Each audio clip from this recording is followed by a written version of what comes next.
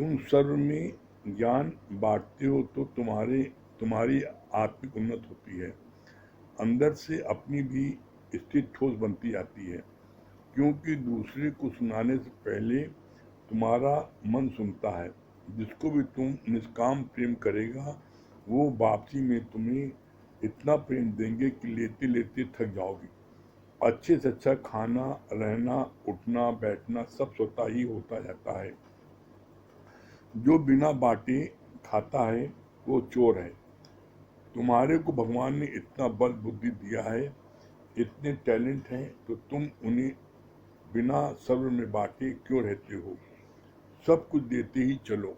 कल यहाँ तक हुआ था, उसके आगे आज है। गीता पढ़ने और सुनने से तुम बहुत खुश होते हो। यहाँ भगवान आज क्या बोल रहे हैं? गीता पढ़ने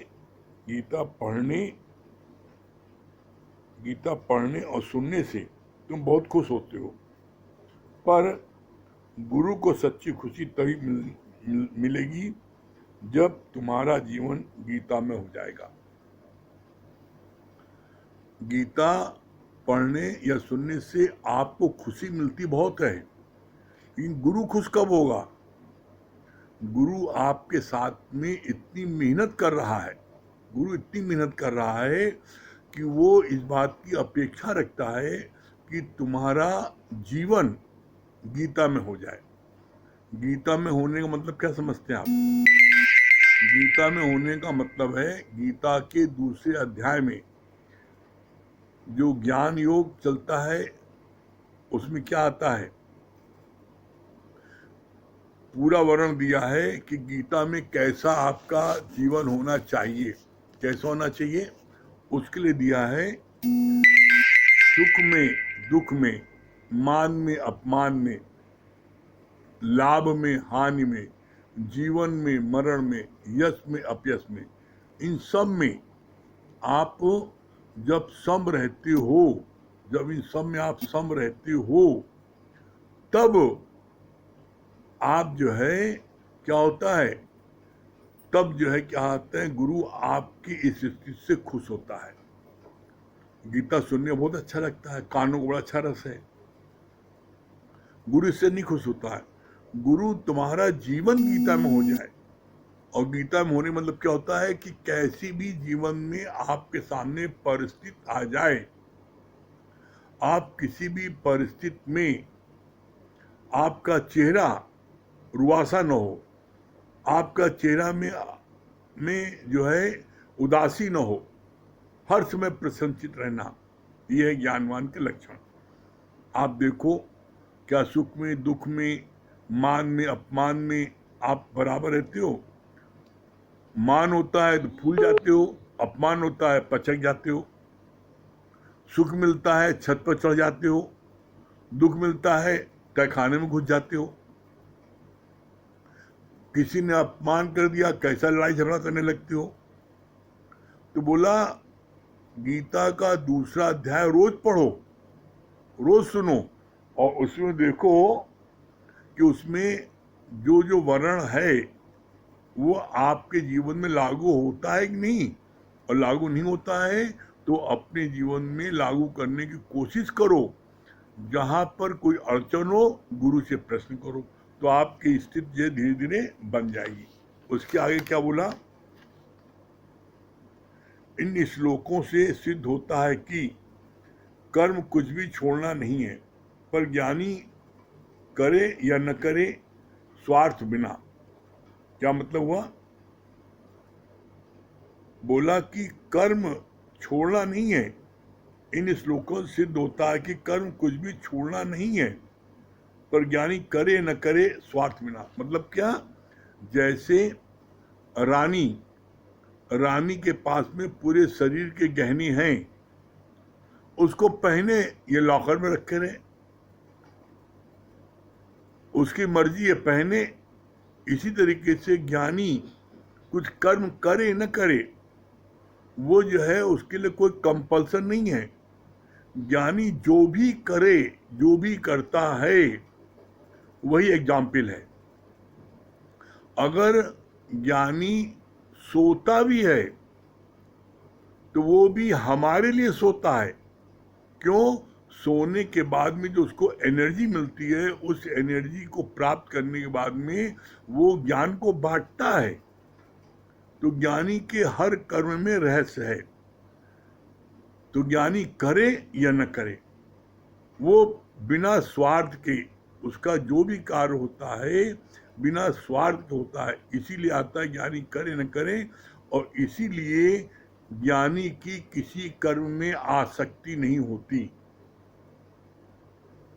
आसक्ति उनकी होती है जिनको कहीं से कुछ चाहिए, कहीं से धन दौलत चाहिए, मिल रहा है, उसमें आसक्ति है। कहीं से मान मिल रहा है तो उसमें आसक्ति है। ज्ञानी को किसी से कुछ नहीं चाहिए, वो अहेतु कृपा करता है, उसे चाहिए कुछ नहीं, लेकिन फिर भी वो कर्म करता है। क्यों करता है? क्योंकि उसके आदर्श को देख करके जितने नीचे के लोग हैं वो भी कर्म करेंगे। और अगर वो कर्म नहीं करेगा, निठल्ला बैठ जाएगा, तो उनको देखी देखा नीचे के जितने लोग हैं वो भी सब निठल्ले बैठ जाएंगे। इसलिए ज्ञानी कर्म करता है। कौन सा? निष्काम कर्म, जिसमें उसको किसी से कुछ चाहिए नहीं, इच्छा और अहंकार के सिवा सर्व के हित के लिए वो कर्म करता है। फिर आगे बोला, एक स्त्री के दामाद का शरीर शांत हुआ। दादा भगवान ने बोला, तुम लोकारित के लिए क्यों जा रही हो? उस स्त्री ने जवाब दिया कि मैं उसको भी ज्ञान सुनाऊंगी। दादा ने कहा, मैं वहाँ किसी और सत्संगी को भेज दूंगी। पर वो औरत रुक न पाई। अंदर में डर था कि लोग क्या कहेंगे। दादा भगवान ने कहा, लेट द पीपुल से व्हाट दे से। जिसको जो कहना कहे, उनको कहने दो, उसकी चिंता नहीं करो। आगे क्या बोला कि वो औरत दादा भगवान का कहना नहीं मानी। और क्यों गई? बहाना बना कि मैं उसको ज्ञान सुनाऊंगी, लेकिन ये कारण नहीं था। कारण क्या था? इसका आगे बोला, 3 प्रकार की वासना है, लोक वासना, देह वासना और शास्त्र वासना। वो औरत दामाद के यहाँ पर क्यों गई? लोक वासना के कारण। लोक वासना क्या है? लोग क्या कहेंगे? अरे देखो, दामाद के घर में शरीर शांत हुआ और जो है वो उसकी अम्मा लड़की देखने नहीं आई, तो लोग क्या कहेंगे, इस डर के मारे लोग जो है कार्य करते हैं। इसको बोलते हैं लोक वासना। लोग हमें अच्छा समझें, बड़ा पुजारी समझें, धार्मिक समझें। कभी कभी सामर्थ्य नहीं होती किसी की। कहीं शादी ब्याह में किसी आप रईस के घर गए, रईस ने आपको शादी में ने 5,000 दे दिया। अब उसके घर जब शादी पड़ी तो आपके मन में आ रहा है कि उसको वहाँ तो 5,000 आया था, मैं उसको अगर 100 रुपये दूंगा तो मेरी बड़ी बेइज्जती, लोग क्या कहेंगे, हमें बड़ा कंजूस है, बड़ा जो है ऐसा है।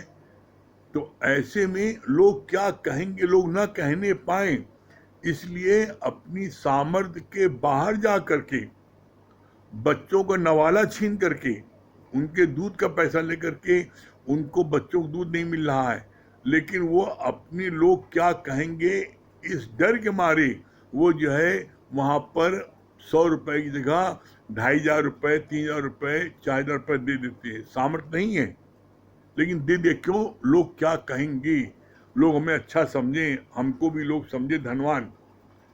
ये लोक वासना हमको लोगों की निगाह में अच्छा बनने के लिए, हमको ऐसा करने के लिए मजबूर कर देती है। यही लोक वासना आपकी अंत वेला में जीवन मरण का चक्कर लेके आएगी।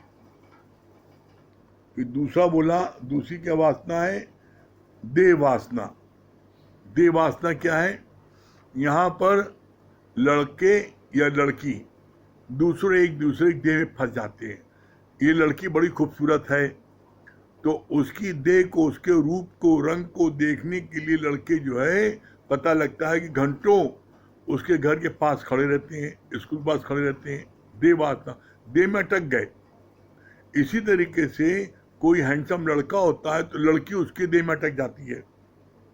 वो लड़का जो है वो अपना सीना दिखाता, बल्ला दिखाता है, वो देह में अटका है। तो ऐसे में देह वासना जो है वो अगर आपकी अभी नहीं छूटी तो अंत वेला में वो किसी न किसी लड़का या लड़की के ऊपर आपकी जो है देह वासना होगी और वहाँ अटक जाएगी और उसका ध्यान आएगा। तो परिणाम क्या होगा? परिणाम होगा अंत काल जो पुत्र सुमरे ऐसी चिंता में जो मरे, तो क्या होगा? सुअर योनि बल बल उतरे। अंत काल जो स्त्री सुमरे या पति सुमरे वैसा योनि बल बल उतरे। अगर किसी लड़की का ध्यान आएगा तो वैसा योनि मिलेगी, पुरुष का ध्यान आएगा वैसा योनि मिलेगी। तो बोला ये वासना जो है मरते दम तक कभी भी आ सकती है। तो जहां पर भी आपकी वासना है उस वासना को आज ही अभी उसको निकालो। फिर तीसरी बात क्या बोली? शास्त्र वासना। शास्त्र वासना क्या है? लोगों को शास्त्र पढ़ने का बड़ी वासना होती है और वो जो है वो सत्संग छोड़ देंगे, गुरु धाम जाना छोड़ देंगे, लेकिन वो शास्त्र पढ़ेंगे। क्यों? क्योंकि उनको दिखाना मैं बहुत बड़ा पंडित हूँ। शास्त्रों, 10 शास्त्रों को पढ़ करके वो अपना लेक्चर तैयार कर लेती हैं कि मैं भी बड़ा जानकार और विद्वान हूँ। तो उनको शास्त्रों की वासना हो जाती है। परिणाम क्या होता है? वो एकदम सूखा आटा हो जाते हैं। ज्ञान क्या है? ज्ञान है सूखा आटा। इसमें जब प्रेम का पानी डालोगे तब आटा जो गुथा जाता है और तब उसको गूंथ करके उसकी रोटी या पराठा सीखता है। बिना पानी डाले आटा की रोटी नहीं बन सकती। इसी तरीके से बिना प्रेम डाले ज्ञान जो है अच्छा नहीं लगेगा किसी को। आपका ज्ञान कोई नहीं सुनता, पहले आपसे प्रेम होने के कारण वो जो है सत्संग में आता है। और जब प्रेम हो जाता है तो आपकी हर बात उसको अच्छी लगती है। और सबसे खास बात क्या है? जिससे प्रेम हो जाता है उसकी बात को मानने में हमें खुशी मिलती है। तो ऐसे में शास्त्र वासना हमको बांधती है, देह वासना हमको बांधती है, लोक वासना हमको बांधती है। हम फ्री वर्क नहीं कर सकते। अब जिनको शास्त्र वासना है वो बिना शास्त्र पढ़े खाना नहीं खाएंगे, नाश्ता नहीं करेंगे, नहीं हमें तो इतना ये पढ़ना है रोज। उससे आपको मोक्ष नहीं मिलेगा। शास्त्र पढ़ने से आप विद्वान हो सकते हो, आप ब्रह्म श्रोती हो सकते हो। ब्रह्म के बारे में आपने 10 किताबें पढ़नी तो आप अच्छा उत्तर देना जानोगे, लेकिन ब्रह्मनिष्ठ नहीं हो सकते। और जब तक आप ब्रह्मनिष्ठ नहीं होगे आपको मुक्ति नहीं मिल सकती। तो यहाँ पर गुरु जो है हमको ब्रह्म श्रोती और ब्रह्मनिष्ठी दोनों बनाता है। तो ऐसे में आप देखो कि आपकी ब्रह्म में निष्ठा है, आप जो बात बताते हो उस पर आप टिके हो। आप कहते हो कि क्रोध जो है कोड़ के समान है, का से कोड़, रा से रोना, धा से धिक्कार। आप व्याख्यान तो देते हो लेकिन क्या आप क्रोध नहीं करते? अगर आप सिर्फ व्याख्यान देते हो और आप भी क्रोध करते हो तो ये आपका क्रोध जो है आपको फिर जीवन मरण के चक्कर में ला देगा। तो बोला जो आप बताते हो वो पहले से पहले आपको कान सुनता है। इस कान को सुनाओ। जो सत्संग भी होता है स्वांता सुखाए, हम अपने सुख के लिए करते हैं, अपने उद्धार के लिए करते हैं, और इस उद्धार में जो इस ज्ञान को सुनता है मनमना भाव करके, उसका भी उद्धार हो जाता है। इसीलिए निष्काम कार्य को ज्यादा महत्व दिया गया है ज्ञान से। एक ज्ञानी है जो ज्ञान को प्राप्त करने के बाद में अपनी मुक्ति प्राप्त कर लिया, और एक ज्ञानी है जिसने ज्ञान को प्राप्त करने के बाद निष्काम कार्य को किया और हजारों को ज्ञान सुनाया और हजारों को अपने साथ में मुक्त कराया। तो वो महान है, ये जिसने अपनी मुक्ति पाली वो महान है। अरे जो अपने लिए जिए तो क्या जिए, जो औरों के लिए जिए। किसी एक को भी ज्ञान को सुना करके इस मार्ग में लाने में बहुत मेहनत करनी पड़ती है। इसीलिए गुरु जी कहते हैं तुमको गुरु की मेहनत पता कब लगेगी, जैसे गुरु ने आपको सत्संग में मोटिवेट करके रोज बैठाया, ज्ञान सुनाया, वैसे आप किसी एक को ला के दिखाओ, बैठा के दिखाओ, तब पता लगेगा कि गुरु ने आपके साथ में कितनी मेहनत की है। तब गुरु की कदर आपको होगी। तो इसलिए इस ज्ञान को आप जो है जितना सीखे हो उतना सिखाओ, तब आपको आनंद की प्राप्त होगी। फिर आगे बोला,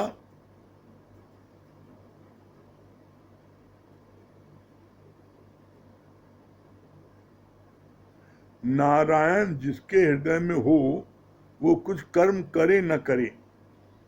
दादा भगवान कभी तो इतने रजोगुण में होते थे कि खाने के पतीले ही उठवाकर किसी के घर चले जाते थे, खाना खाने तक भी नहीं रुकते थे, और कभी अजगर की तरह सोए रहते थे, किसी से बात भी नहीं करते थे। यहाँ बोला नारायण जिसके हृदय में हो वो कुछ कर्म करे न करे।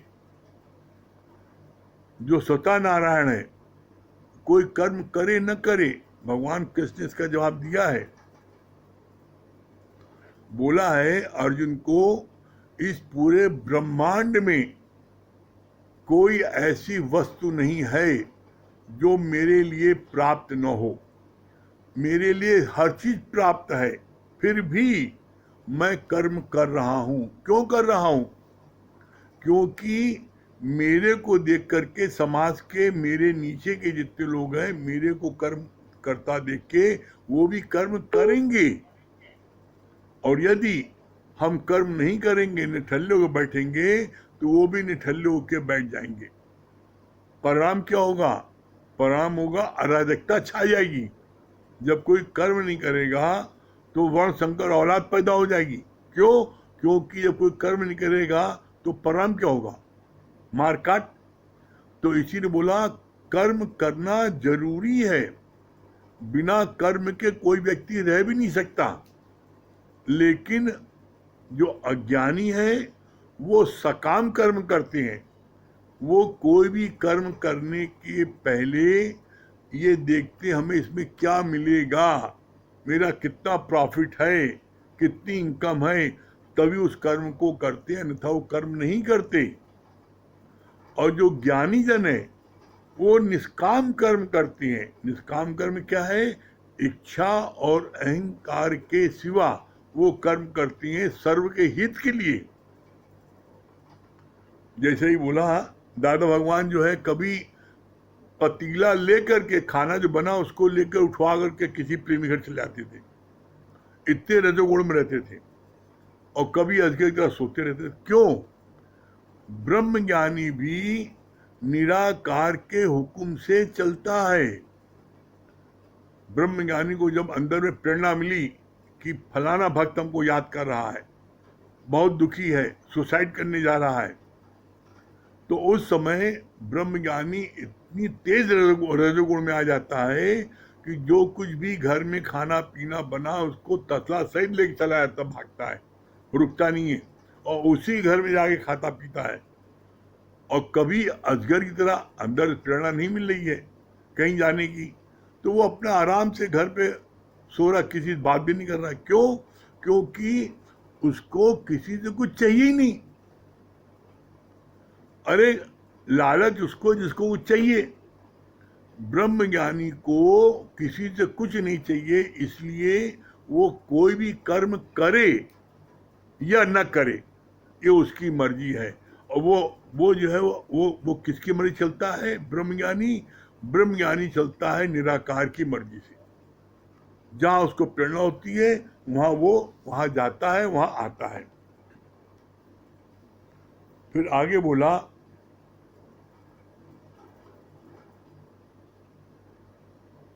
ज्ञानी का हर कर्म है लोक हित के लिए, for the welfare of the Mankind. क्या बोला? कितनी अच्छी बात क्लियर किया है। ज्ञानी का हर कर्म लोक हित के लिए है, लोक कल्याण के लिए है। ज्ञानी का कोई भी कर्म अपना पर्सनल या मैं मेरे के लिए नहीं रहता। ज्ञानी कभी नहीं सोचता कि इस कर्म को करने से मेरे को क्या मिलेगा। ब्रह्मज्ञानी सिर्फ ये देखता है कि इस कर्म को करने से सबको आनंद की अनुभूति होगी। जैसे एज एग्जाम्पल, दुनिया में कोई ऐसा सत्संग गुरु है जो रोज सत्संग करे और आपसे एक पाई पैसा न ले? जितने संत महात्मा हैं, इन लोगों का जो है 4 दिन का, 3 दिन का, 6 दिन का इनके कार्यक्रम होते हैं और इस 3 दिन का ये पता लगता है 3 लाख रुपए लेते हैं। 6 दिन का कार्यक्रम होता है 10 लाख लेते हैं। इतनी मोटी मोटी रकम लेते हैं। कोई ज्ञान ऐसे नहीं बांटता। लेकिन हम सब इतने भाग्यशाली हैं कि हमको ऐसा सच्चा गुरु रहबर मिला है जिसने इस बात को पहले करके और करना सिखाया। क्या बोला? ये ब्रह्म ज्ञान, गीता ज्ञान तुम्हारी इकलौती कन्या है। ये इकलौती कन्या तुमने जहां विवाह किया उसके घर का पानी भी नहीं पीते। इसी तरीके से इस ब्रह्म ज्ञान को देने के लिए एक पाई पैसा भी ज्ञानी जन किसी से नहीं लेते। आप बताओ, आज तक आप लोगों ने इतने सालों ज्ञान सुन रहे हो, आज तक आपसे कभी एक पाई पैसा मांगा गया है? इसीलिए गुरुजी ने एक बात बोली, सच्चा अनमोल ज्ञान कहाँ मिलेगा, इसकी पहचान दे दी। बोला जैसे जीवित रहने के लिए वायु, हवा जरूरी है, सूर्य का प्रकाश जरूरी है और जल जरूरी है। ये तीनों चीजें जीवित रहने के लिए कंपलसरी है। अगर ये ना हो आदमी जिंदा नहीं रह सकता। और ये तीनों चीजें परमात्मा आपको फ्री देता है। ऑक्सीजन आपको फ्री देता है। आप प्रातःकाल कंपनी बाग में घूमना, ये क्या स्वर्ग का आनंद मिलता है, क्या अमृत वेला में क्या सुंदर वायु चलती है। आप सूर्य का प्रकाश जब होता है तो आप देखो सारी रोशनियां बल्ब सब बंद हो जाते हैं, कोई उसका एक काम नहीं आता। वैसे अभी रात को बत्ती जलती, कितने रुपए लगता है, कितने बिल आते हैं। लेकिन सूर्य का जब प्रकाश होता है तो किसी बत्ती काम नहीं, फ्री देता है। और इसी तरीके से आप जल, आप कितना भी नदी में जाके नहाओ, दो भर के घड़ा लेके आओ, कोई पैसा देते हो? जो तीनों चीजें जीवित रहने के लिए कंपलसरी है, वो परमात्मा आपको फ्री देता है। इसी तरीके से गुरु जी बोला, जहां तुमको ज्ञान फ्री मिले, बिना पाई पैसे के मिले, जान लेना वो सच्चा ज्ञान है। हम सब बहुत भाग्यशाली हैं जब हमको ऐसा सच्चा गुरु मिला, ऐसा सच्चा रहबर मिला, ऐसा सच्चा ज्ञान मिला। अब सिर्फ हम अपनी कृपा करें, परमात्मा की कृपा हो गई, आपको मनुष्य तन मिल गया, गुरु की कृपा हो गई, नित्य ज्ञान की बारिश हो रही है। अब अपनी कृपा करें कि आप नित्य सत्संग में बैठो, और आप सत्संग में बैठोगे, ऐसा हो नहीं सकता कि आपको आनंद की प्राप्त न हो। गारंटेड है आपको आनंद मिलेगा। आप देख लो, हम तो एक बात कहते हैं, कोई मात्र सिर्फ 1 महीने सत्संग में बैठ के देखे तो उस समय क्या बोलेगा वो, उस समय उसके मुख से यही निकलेगा, अपने जीवन में परिवर्तन को देखकर गुरु के ज्ञान पर यकीन हुआ। आप करके देखो, आप निश्चित आनंद की प्राप्त होगी। हाँ, वंदना जी, कल्याणी देवी। हाँ, हरिओम वंदना जी, हरिओम। हाँ, क्या क्या बता रही हैं, भजन सुना दीजिए, कुछ बताना चाहते हैं? क्या अच्छा लगा? बिल्कुल। दो पॉइंट बहुत अच्छे लगे, लोक वासना और शास्त्र वासना। लोक वासना मीन्स कि हम लोगों के हिसाब से अच्छे बने, उनकी नजर में अच्छे बने, हम ऐसा कार्य करते हैं। कभी हम अपने संतुष्टि के लिए कार्य नहीं करते। हाँ। मतलब ना चाहते हुए भी हमारा शरीर पैसा अलाउ करे ना करे, हम उनके हिसाब से काम करते हैं, जो कि गलत है। दूसरा पॉइंट है शास्त्र वासना, कि हम बहुत बड़े शास्त्र ज्ञानी बन जाए, ये शो करने के लिए हमको एक रोज एक हैबिट बनाना जरूरी है कि हम शास्त्र पढ़ रहे हैं। बट शास्त्र उनका ही अच्छा लगता है जिनका व्यवहार अच्छा होता है। जब पहले हम उनसे रिलेट करें, गुरु हमसे रिलेट करते हैं, उनका अच्छा व्यवहार है, तो उन्हीं का शास्त्र हमको लगता भी है। अच्छा, भजन सुना दीजिए। जी जी।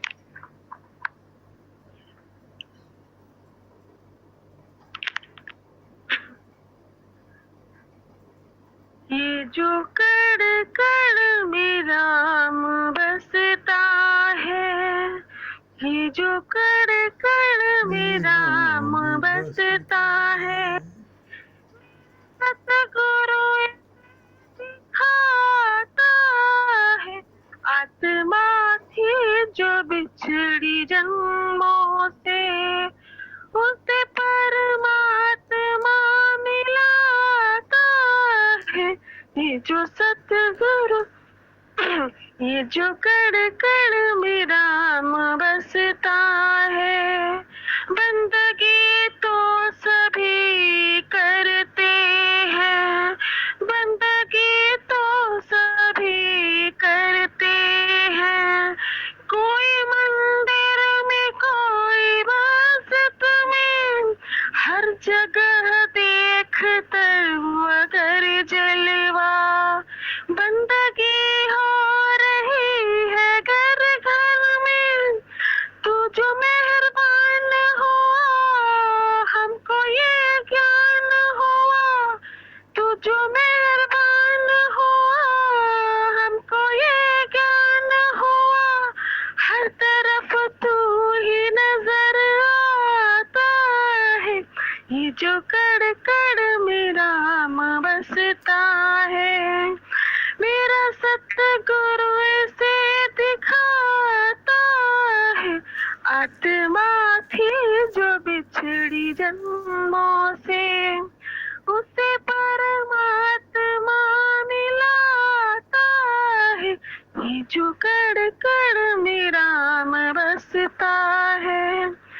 क्यों भटकते हो भटकने वालों, क्यों भटकते हो भटकने वालों, आओ भगवान आवाज देते हैं, ढूंढते ढूंढते जो खुद हारे, उसकी रहमत का राज देते हैं, बात सच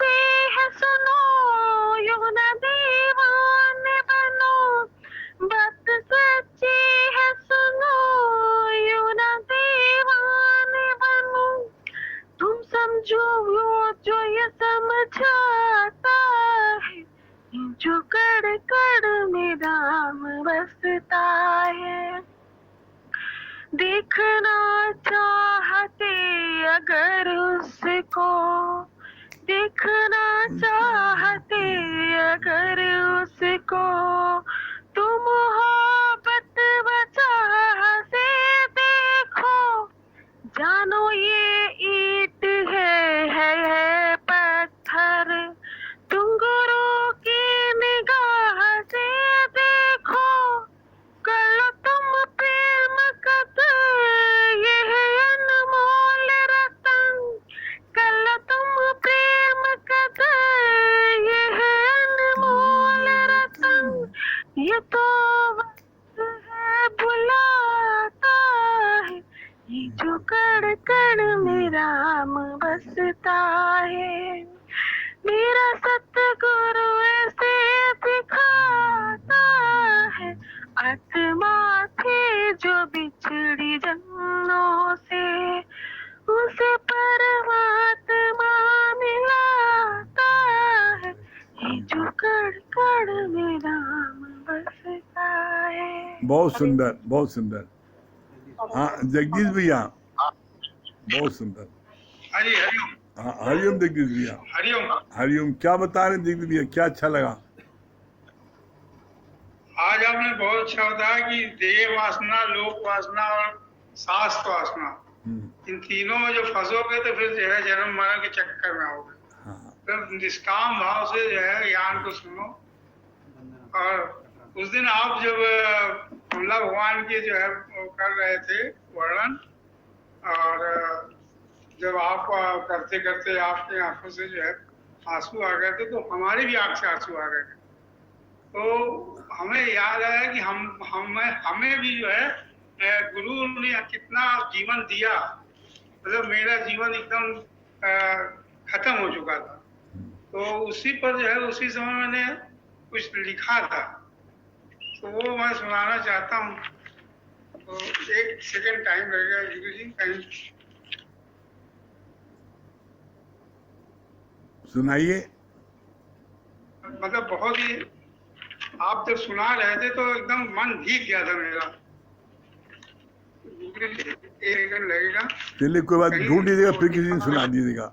ढूंढ लीजिएगा, नहीं मिल रहा है, नहीं मिल रहा, कोई दिन फिर सुना दीजिएगा। हाँ वंदना जी कटरा।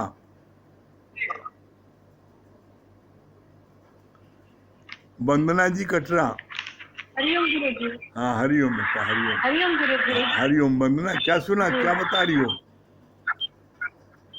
गुरु जी आपने इतना अच्छा क्लियर किया कि आपने बताया जो लोक वासना, देह वासना और शास्त्र वासना, जो ये तीनों वासनाएं होती हैं, ये मनुष्य को बांधती है। और मनुष्य के अंतिम समय में जब मरण होता है तो इसी वासना के अनुसार उसका जन्म होता है। तो तीनों वासना में हमें नहीं फंसना है। हाँ बहुत सुंदर है। हाँ विभोर कपूर, हरदोई। हरदोई रंजना कपूर। हाँ रंजन, क्या बिट्टू रानी को उसको भजन कराओ, उसका क्या है, बुलाओ उसको। हाँ बिट्टू रानी।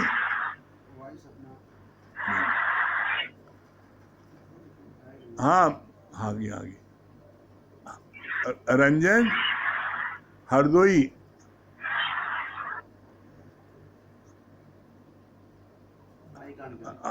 रंजना हरदोई। माइक, माइक जो है आप वो करिए, आपका माइक बंद है, खोलिए। रंजन कपूर।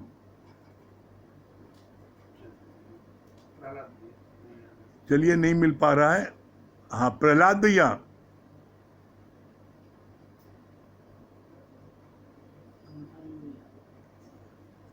प्रहलाद भैया। हरिओम गुरु जी। हाँ हरिओम प्रहलाद भैया। हाँ ये, अरे वाह प्रहलाद भैया, वाह वेरी गुड। क्या बता रहे प्रहलाद भैया? हाँ क्या बता रहे हैं? सुनाई नहीं पड़ रहा है आवाज आ रही गुरु जी? आवाज हेलो, आपका। हाँ आवाज आ रही गुरु जी? अब आ रही है, हाँ बताइए क्या सुना? हेलो। अब आ रही आवाज, बहुत बोलिए अच्छा लगा बोलिए। गुरुजी। लोक वासना जो बात बताया क्या कि लोग अपने बस कर्म करते हैं और ये जो निष्काम भाव से काम करना चाहिए गुरुजी। हेलो। हाँ हाँ, और अश्विनी भैया क्या बता रहे हैं? अश्विनी भैया बुलाइए, अश्विनी भैया। हरिओम गुरुजी। हाँ हरिओम, क्या बता रहे बेटा, क्या सुना? बहुत अच्छा बताया कि जितना ज्ञान हो उतना बांटना चाहिए। हाँ, और कहाँ है आपकी होम मिनिस्ट्री? आज नहीं बैठी, सुनी है? हैं? क्या सुना, बुलाइए उनको।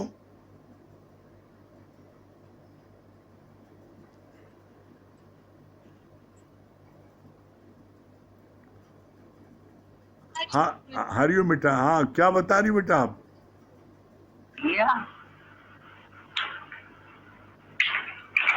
पिक्चर आपकी गायब हो गई।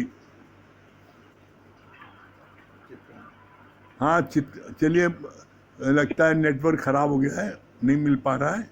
हाँ चित्रा जी। हरिओम गुरुजी। हाँ हरिओम। हरिओम। हाँ क्या बता रही चित्रा? बहुत अच्छा लगा कि जैसे परमात्मा ने हमें जल वायु हवा तीनों दिए हैं, पैसे का ये सच्चा ज्ञान हमको मिल रहा है। हम लोग बड़े भाग्यशाली हैं। समझिए सच्चा दरबार है, सच्चा ज्ञान है, सच्चा गुरु है। हाँ नरेंद्र भाई क्या बोल रहे हैं? हरिओम गुरुजी। हरिओम। हाँ क्या बोल रहे हैं नरेंद्र भाई? बहुत अच्छा बताया ना आपकी, जो है गीता पढ़ने में और सुनने में तो हमको खुशी होती है, लेकिन गुरु कब खुश होता है? बोले कि जो है जब आप गीता जैसे ज्ञान का जो है जब अंदर धारण कर लेंगे तब हमारा गुरु खुश होगा। ये बात अच्छी लगी। हाँ भैया क्या बता रहे हैं? शर्मा जी क्या बता रहे हैं? हरिओम भैया। हाँ गुरु, जितना गुरु को ज्ञान के सीखो उतना ही बांटना चाहिए। हाँ, अब बांटने से ही गुरु को मतलब कि ज्ञान बांटने होता है। हाँ बहुत सुंदर। हाँ विभोर कपूर।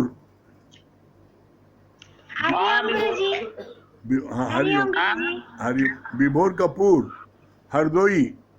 हाँ प्रणाम। आपका वीडियो बंद है, वीडियो खोलिए। आवाज आ रही है, वीडियो बंद हो गया आपका।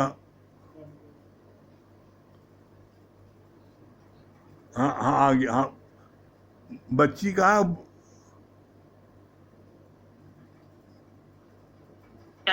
हाँ क्या बता रही हो? बोलो। अच्युतं केशवं केशवदामोदरं राम नारायणं जानकी वल्लभं। कौन कहते हैं बनाते नहीं तुम मीरा के कैसे बुलाते नहीं। कौन कहते हैं भगवान खाते नहीं तुम सबरी के बैठे खिलाते नहीं। अच्युतं कृष्ण दामोदरम राम नारायणम जानकी वल्लभम। कौन कहते हैं भगवान नाचते नहीं तुम गोपियों के जैसे नचाते नहीं। बहुत सुंदर, बहुत सुंदर, भगवान बहुत सुंदर।